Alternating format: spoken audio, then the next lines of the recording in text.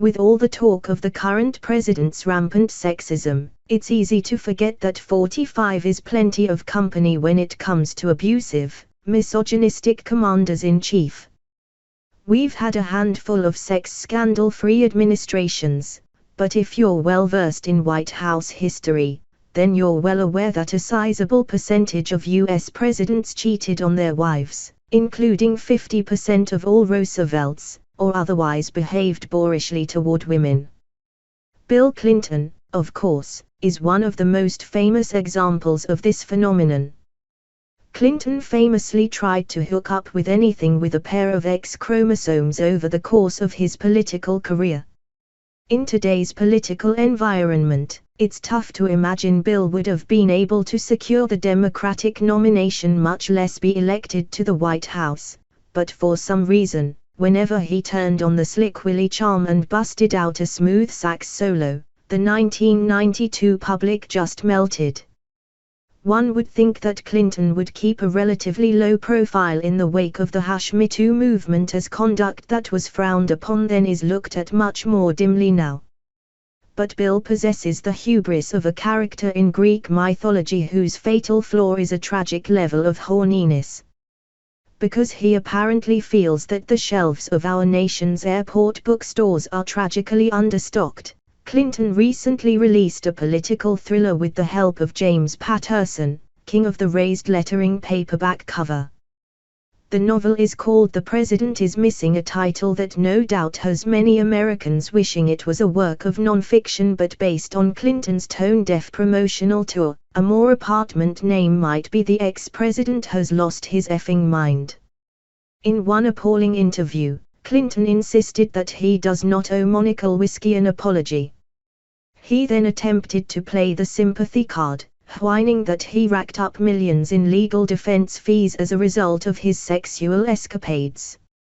Not surprisingly, several of the women that Clinton had questionable relations with have taken issue with his claims of innocence. One such victim is Gennifer Flowers, a former actress and television reporter who came forward during Clinton's 1992 presidential campaign to claim that she had carried on a 12-year affair with the then Arkansas governor. Last night, Flowers sat for an interview with Fox News' Laura Ingraham and revealed that Clinton savagely harassed her prior to the start of their relationship. Well, it's very interesting because back in 1977 when I met Bill, we didn't have the laws to protect us, Flowers told Ingraham.